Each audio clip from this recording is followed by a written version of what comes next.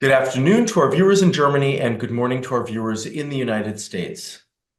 Hello, I'm Steve Sokol, the president of the American Council on Germany, and I'd like to thank you for joining us for today's Kaffeepause, where we regularly check in with a journalist based in Germany to talk about the news stories behind the headlines.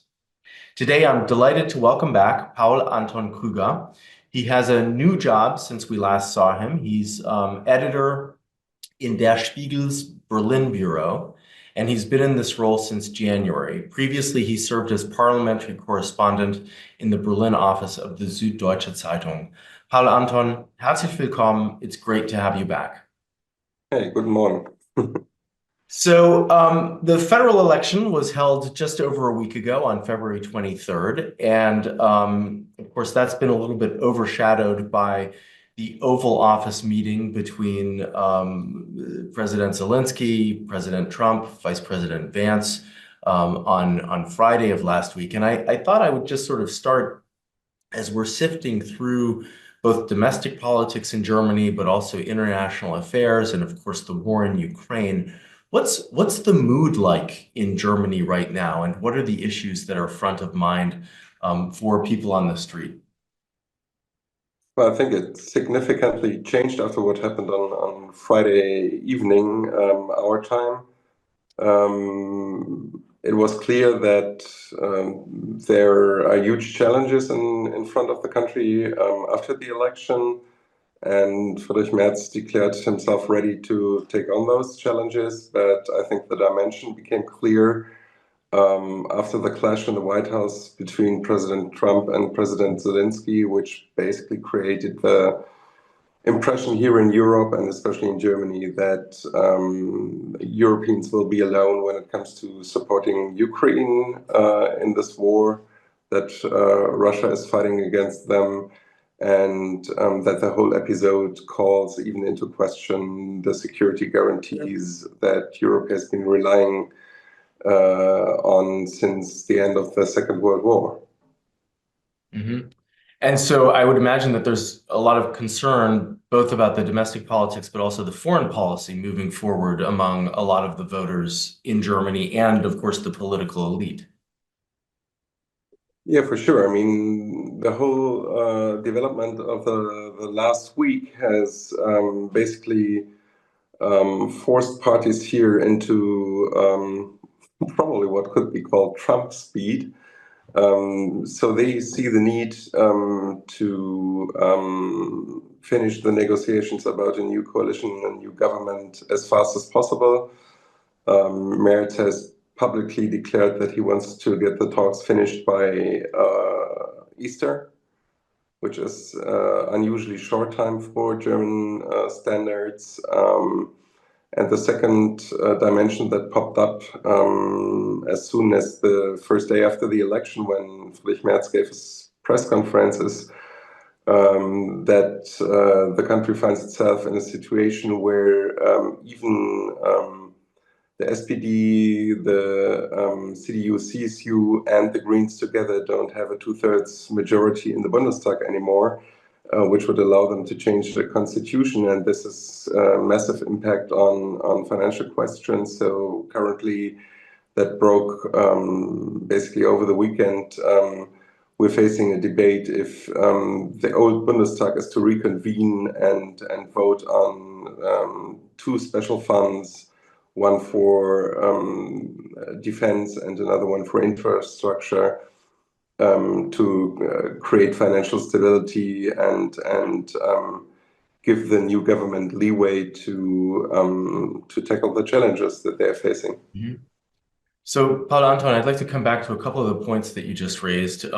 First and foremost, of course, over the weekend, British Prime Minister Keir Starmer brought together 18 European leaders to talk about the path forward for Ukraine. One of the talking points was a coalition of the willing, led by the UK and France, which would do the heavy lifting, particularly in light of sort of this absence of the United States and the very dramatic meeting in Washington on Friday. Of course, Olaf Scholz was the person representing Germany, but he's in a caretaker role. And so I guess, on the one level, what's sort of the response in Germany to this notion of Europe having to take on more responsibility, to have to do more of the heavy lifting, and also seeing France and the UK sort of in the lead, given that Scholz is just a caretaker and Merz has not yet assumed the office of Chancellor? Mm. I think it has several dimensions. First, I would say that at least by now, there's a close coordination between the outgoing government and the presumably next chancellor. So the team of Olaf Scholz is in close contact with the team of Friedrich Merz, and both men speak together. They are supposed to meet again on Wednesday. They've talked before the meeting in London played out. They will talk again, as I mentioned before, the special summit that has been called by EU President Costa on Thursday. So I think there's close coordination in that regard, and I don't see any major policy differences when it comes, for example, to the support of Ukraine. Given the European role, there's no formal leadership role, I think, in the moment for Germany, but Friedrich Merz has visited President Macron in Paris. They had a 3-hour 4-eye conversation. He was on the phone with Keir Starmer, the British Prime Minister. He has been meeting other heads of governments and states. Swedish Prime Minister met him recently here in Berlin at the airport before he flew out to Paris. He had a whole bunch of meetings during the Munich Security Conference, including the Chinese representative, including Vice President Vance. So I think people know who he is. They have his phone number. And I think there's close coordination when it comes to the European role. I think there are two things that are playing out right now. One is the search for a political solution where France and UK are kind of tabling a European peace initiative or whatever you want to call it, basically asking for one month ceasefire. To prepare for any further negotiations. Doesn't seem likely that Russia is willing to accept that. Apparently, for good reasons, the Kremlin wants to have those negotiations with the US and not with the Europeans, and probably not with the Ukrainians either. The other question is, whatever the outcome might be,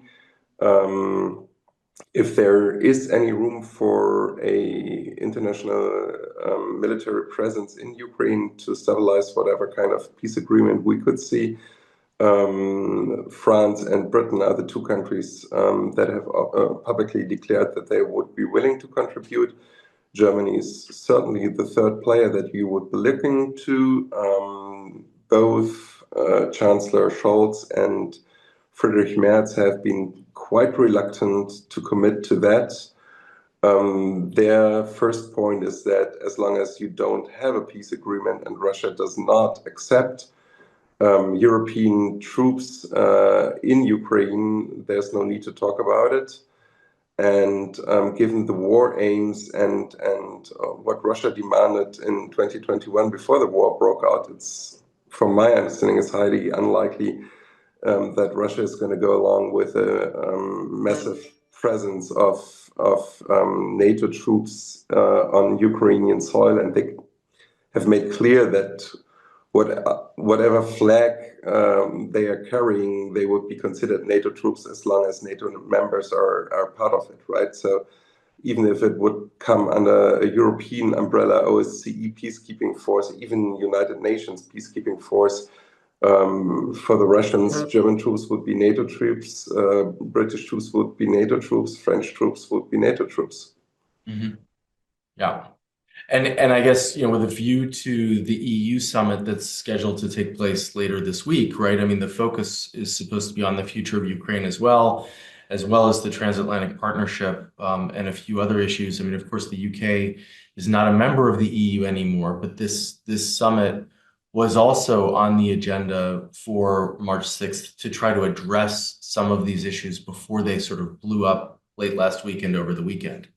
Sure, and I mean, ever since the government changed in London, there has been a reach out that we haven't seen under the Conservative government, right? So, Right. Prime Minister Keir Starmer has made it very clear that he wants to get the UK closer to the European Union again, closer to Germany.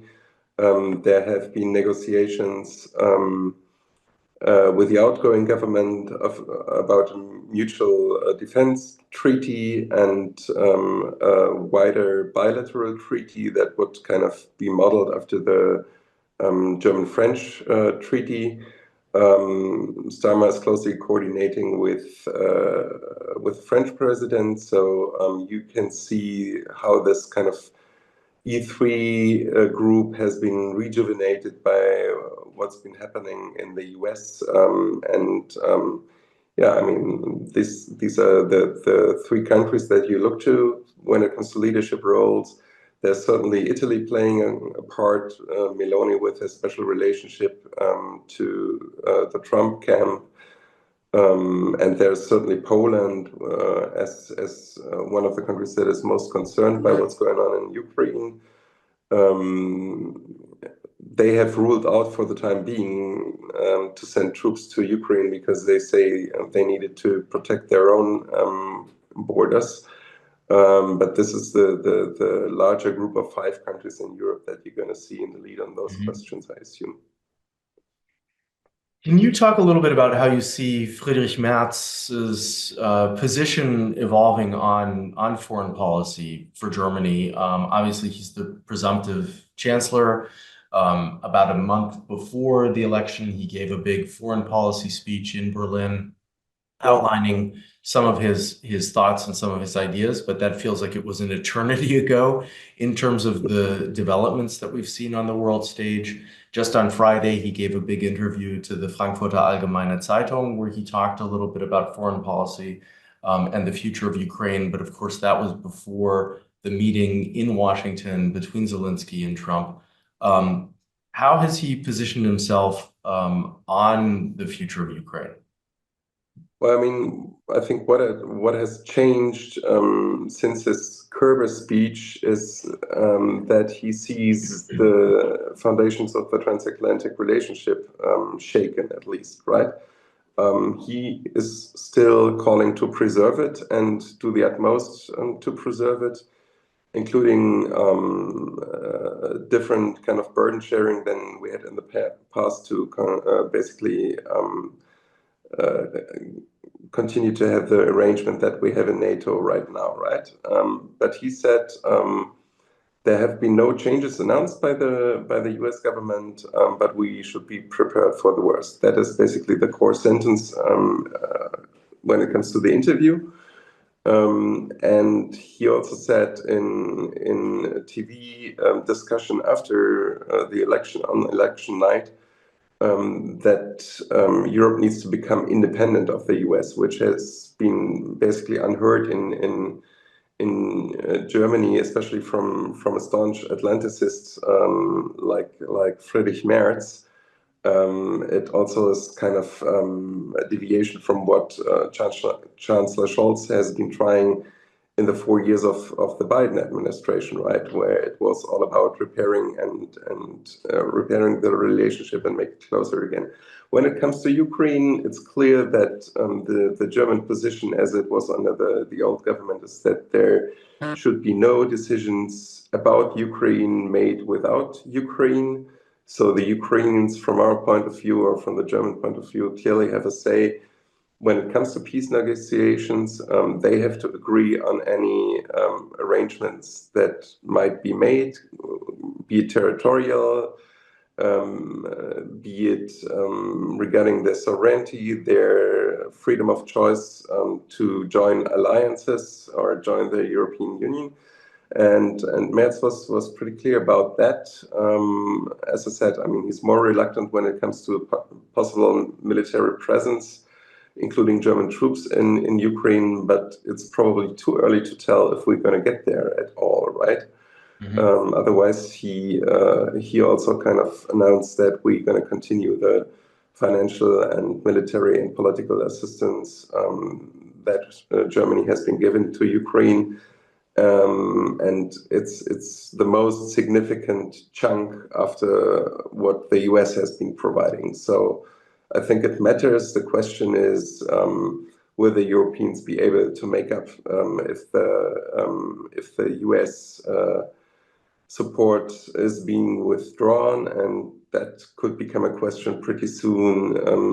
EU has been talking about a new support package, including ammunition, and the fear is that the Ukrainians, if the flow of arms and ammunition from the US trickles out, will face severe constraints, for example, when it comes to artillery ammunition starting in as early as April. Yeah, I mean, that was one of the things that I heard yesterday and today, is that there are serious concerns that if the US does pull back its support, that there would be a real shortage of munitions, Patriot missiles being at the top of the list, but also capacity, that there are a number of US military personnel who are involved in providing technical support to the Europeans, and that if they were not able to do that, that would be a huge loss as well. Yeah, that's for sure. I mean, the US has a huge enabling role also for European powers, and it's one of the things that is still being considered probably a condition for any European peacekeeping force in Ukraine, that at least certain capabilities are still being provided by the US, because the Europeans just don't have them themselves, right? Yeah. But let's talk specifically about defense spending, because there has been discussion about a Sondervermögen, or a special fund, and you touched on this, and whether this is something that could go through before the end of March with the current Bundestag. I think that the new Bundestag is supposed to meet on March 25th for the first time. The latest. At the latest, right? Yeah. And so this is a very tight window if one wants to try to get something through the current Bundestag. Yeah. I mean, it has been clear also before the election that defense spending would have to rise, and Chancellor Scholz in TV debates and in public statements criticized Merz for not talking openly about it. We did a report at Der Spiegel a couple of weeks ago, basically saying that none of the parties is really willing to engage in a public debate where the defense spending will come from, right? What we know from the NATO force planning process that is supposed to come to fruition at the NATO summit in June in The Hague is that to defend the eastern flank, there's going to be much more need when it comes to heavy brigades, and part of that will have to be supplied by Germany. NATO headquarters has done some math on that, and they come out at something like 3.5% of GDP spending for defense to fulfill those requirements when it comes to capabilities, right? It doesn't make much sense, in my view, to talk about the numbers only, but if you look at the requirements that we're talking about, another 4 brigades from part of Germany, that's probably where we're going to end up, and it's pretty clear that we're not going to make it with 182,000 soldiers, which is the current strength of the Bundeswehr. So that has been the elephant in the room for quite some while. But the situation changed with the election insofar that even the 3 major parties in the Bundestag, so CDU, CSU, the SPD and the Greens together, lack 7 votes for a 2/3 majority, which is required by the German constitution to change the constitution.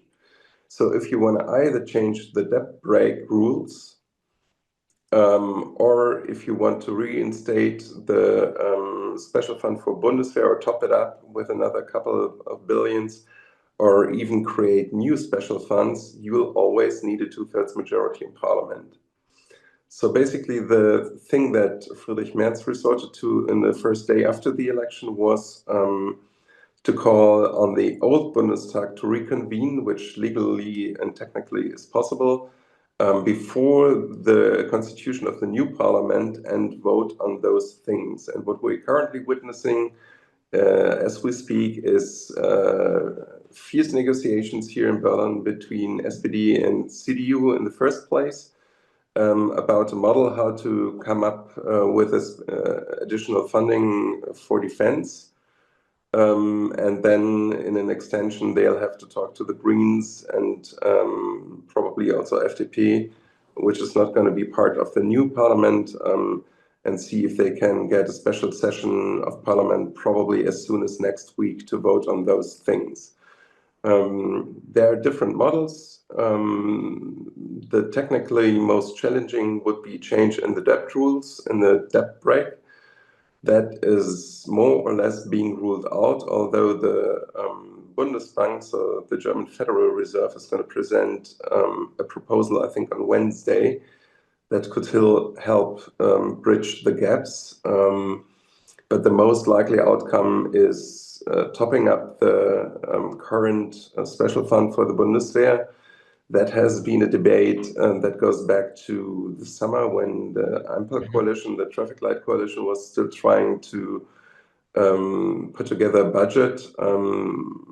Adding 200 billion euros to the current special fund was subject of discussion then. Now we hear about a proposal that was tabled by 4 leading economists last week that featured in the discussions that the parties had on Friday.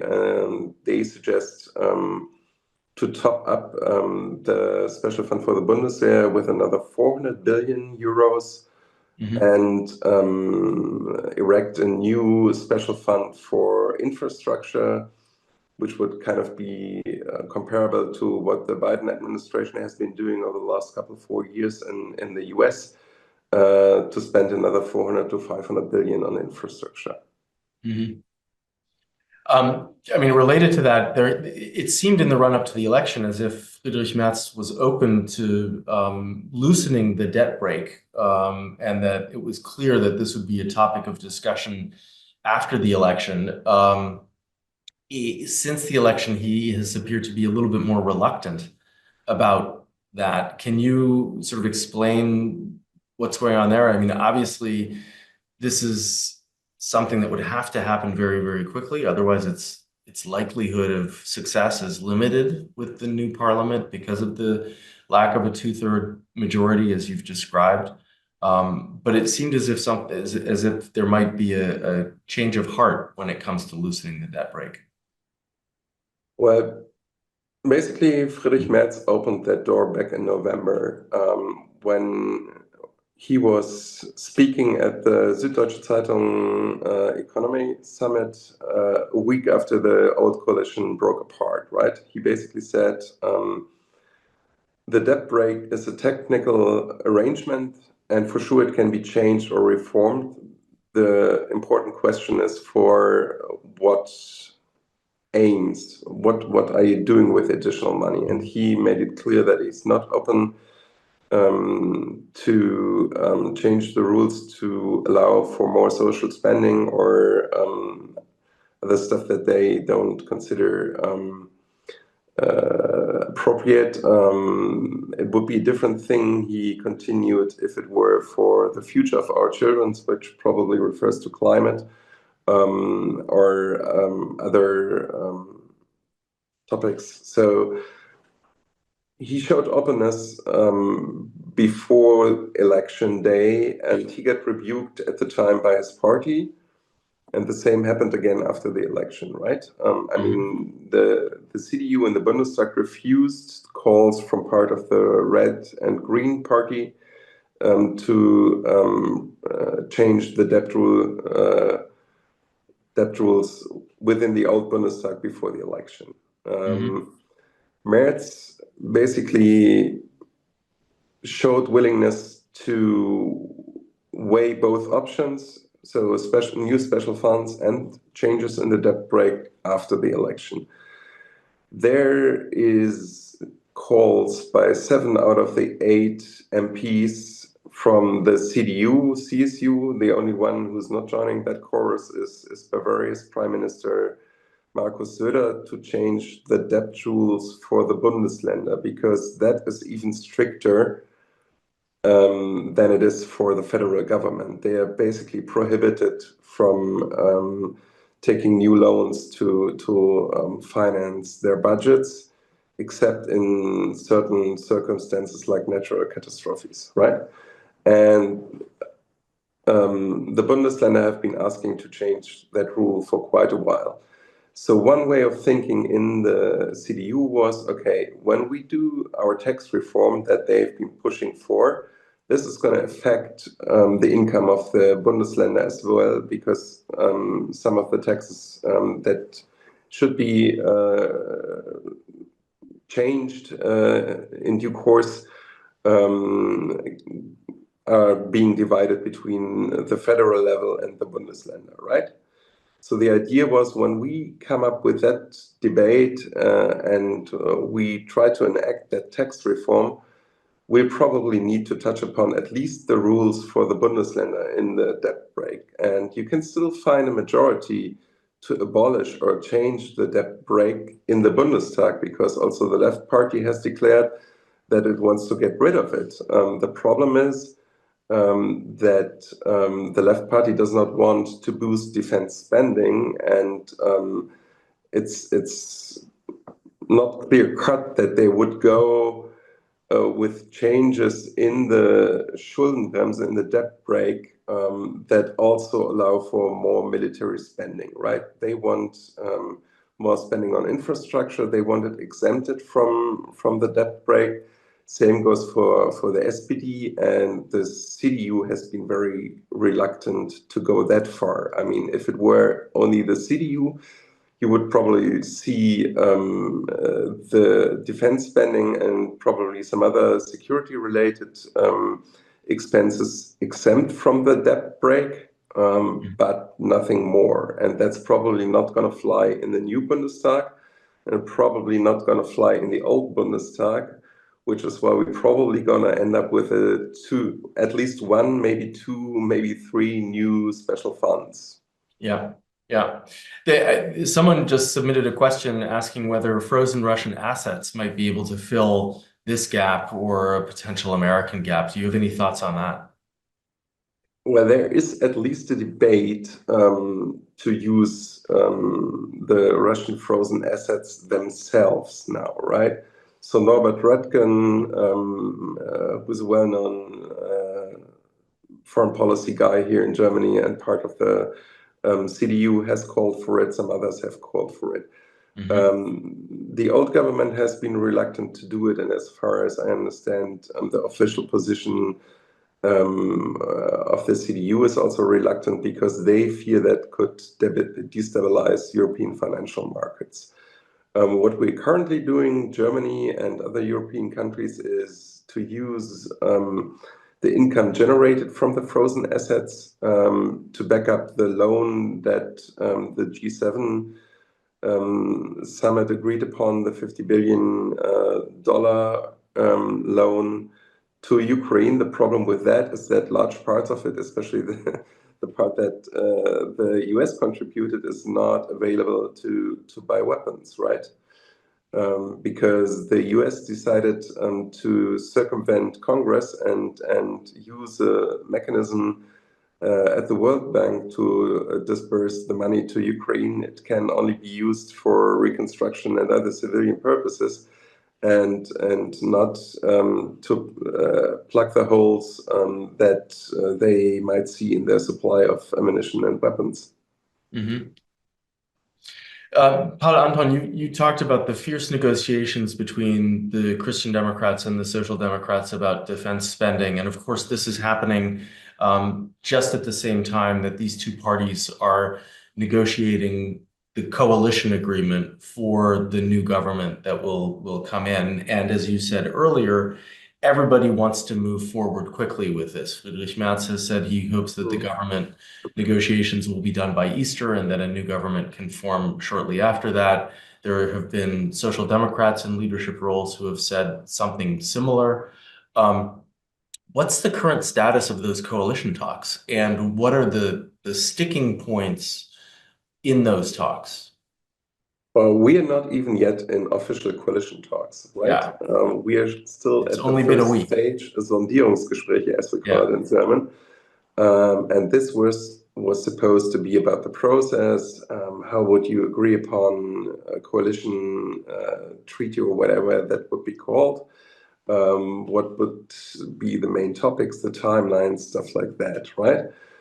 Because of the situation, things have been turned upside down. Insofar as the first thing that they're now debating, and that has been confirmed by politicians who are part of those talks, is the financial side of things, right? The question if we're going to have a new special funds or going to see a reform of the debt brake with the majority in the old Bundestag. I mean, it's of high urgency because German constitution mandates that the new Bundestag convenes 30 days after the election, the latest. So 25th of March will be the first session of the new Bundestag. And then, I mean, you have to stick to certain procedural rules to have a vote in the old Bundestag. So you have to have, like in every legal proceeding, you have to have 3 readings in the Bundestag of any law that would come out of this. And you probably need the Bundesrat as well, which is not that much a problem. But okay, so time is of the essence in this in this regard. And as soon as this is being resolved, there is apparently the notion, and Merz apparently mentioned it in a party meeting this morning, that the Bundestag is supposed to vote as soon as next week. I assume that they'll focus all their energy on getting this done. And only when this is being finished, they'll enter formal negotiations about a coalition. The thing is that if you do front load this whole financial thing, solve it up front and give the new government a pretty good or comfortable starting position when it comes to the budget situation or the financial situation, that might ease negotiations and help speed them up afterwards when it comes to other topics. But it's all driven by the pressure that is exerted from part of the White House and the situation in Ukraine. So, I mean, in light of that, what are your thoughts on what the coalition agreement could actually look like? I've heard some discussion about it being perhaps a little thinner than some of the past coalition agreements. It maybe even having a shorter duration. Let's put together an agreement for the first year, or let's agree on some general principles and some general topics, rather than working out an elaborate work plan, for lack of a better word. Yeah.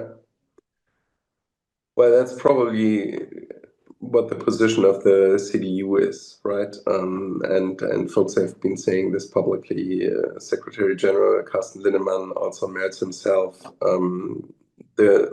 I'm not sure if the Social Democrats are happy to go along with that. On the other hand, they have made the experience themselves that they negotiated a 180-page treaty with the Greens and the Liberals that was basically obsolete after 4 months in office because Russia attacked Ukraine, and the whole base basically crumbled that this agreement was built upon, right?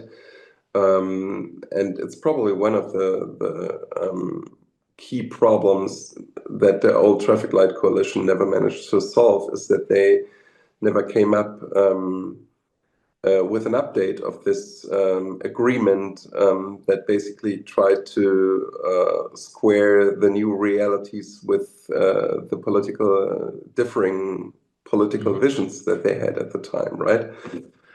So one lesson is the world is spinning fast in these times, and events might overtake things that we're writing down within a couple of weeks or months. And so let's go for a shorter agreement that basically has a foundation that you agree on major policies, in the sense of you agree on the headlines and the rough direction and work out the details later. That can work. The idea is to use a mechanism within the coalition to make that work, a small steering group. That's what's being talked about.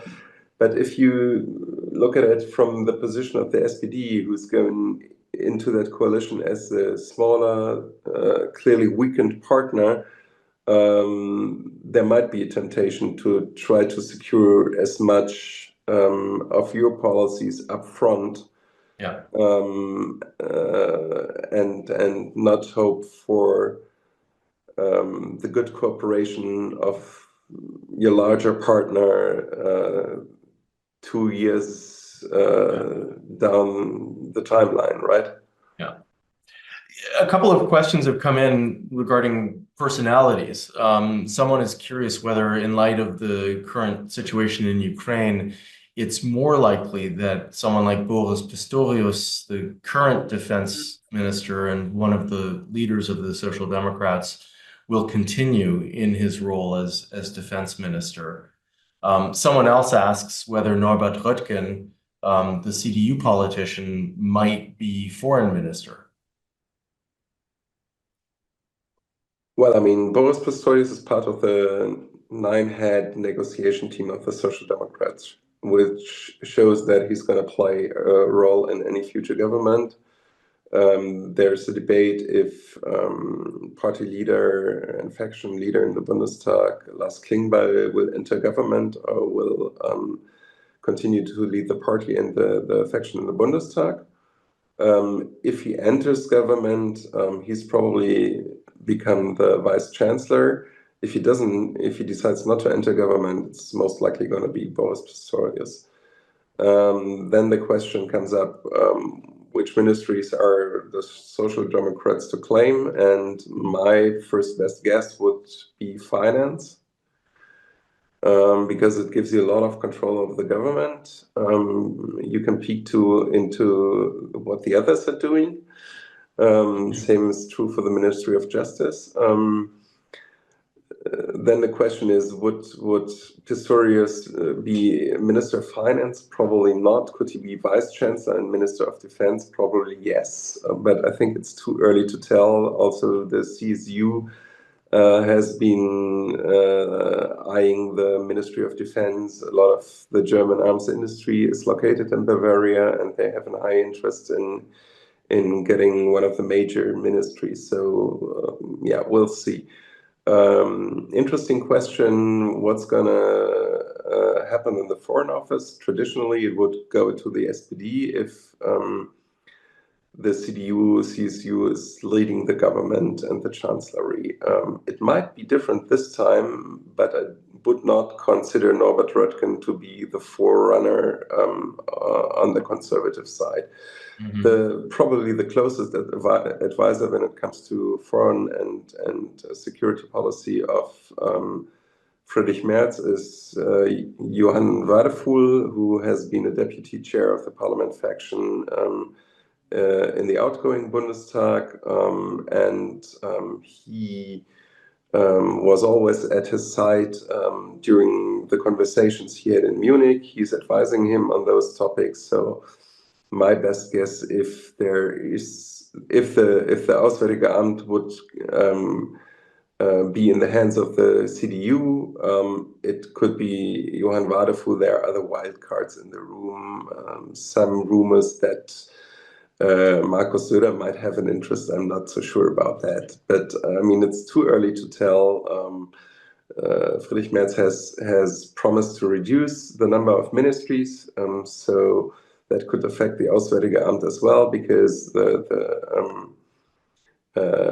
Ministry for Economic Cooperation and Development might be incorporated into the Auswärtige Amt. That would change the situation again. But yeah, it's I think too early to tell.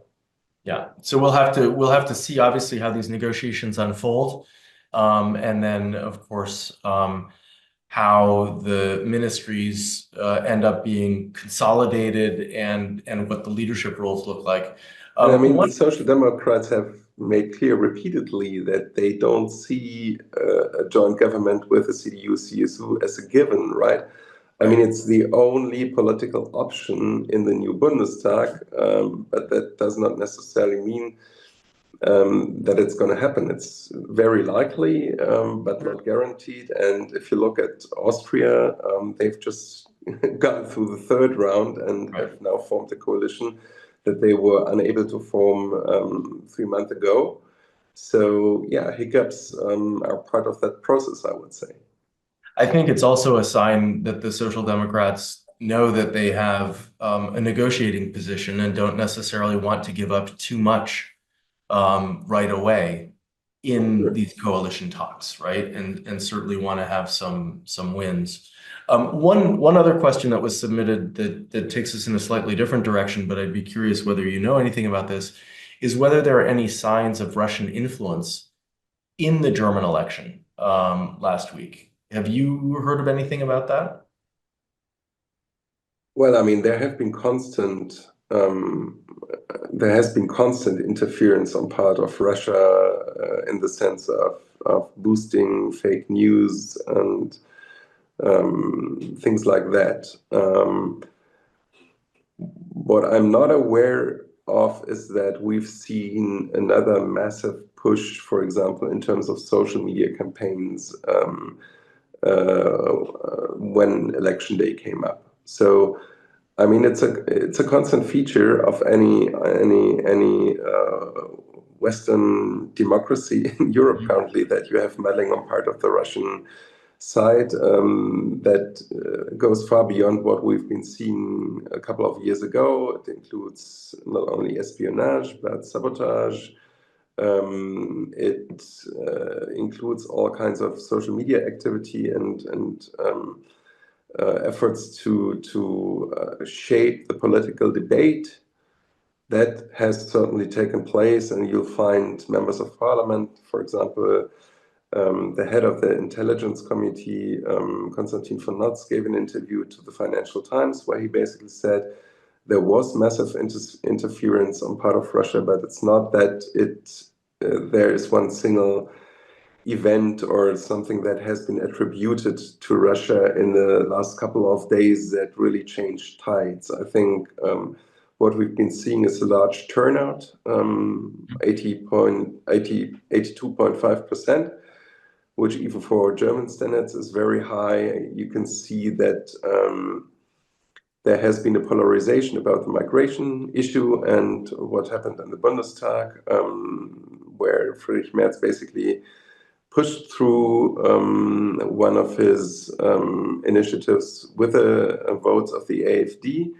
That certainly has contributed to the mobilization of the left party. Yeah, that's basically what I can say about that. Perhaps one last topic before we let you go, and that is, of course, just yesterday there were elections in the Free State of Hamburg, the Hanseatic Free State of Hamburg, and the Social Democrats emerged as the strongest party with just over 33% of the vote. They did suffer losses of nearly 6% of the vote, but it looks highly likely that they will continue to govern with the Green Party, who also lost traction but came in as the third strongest party.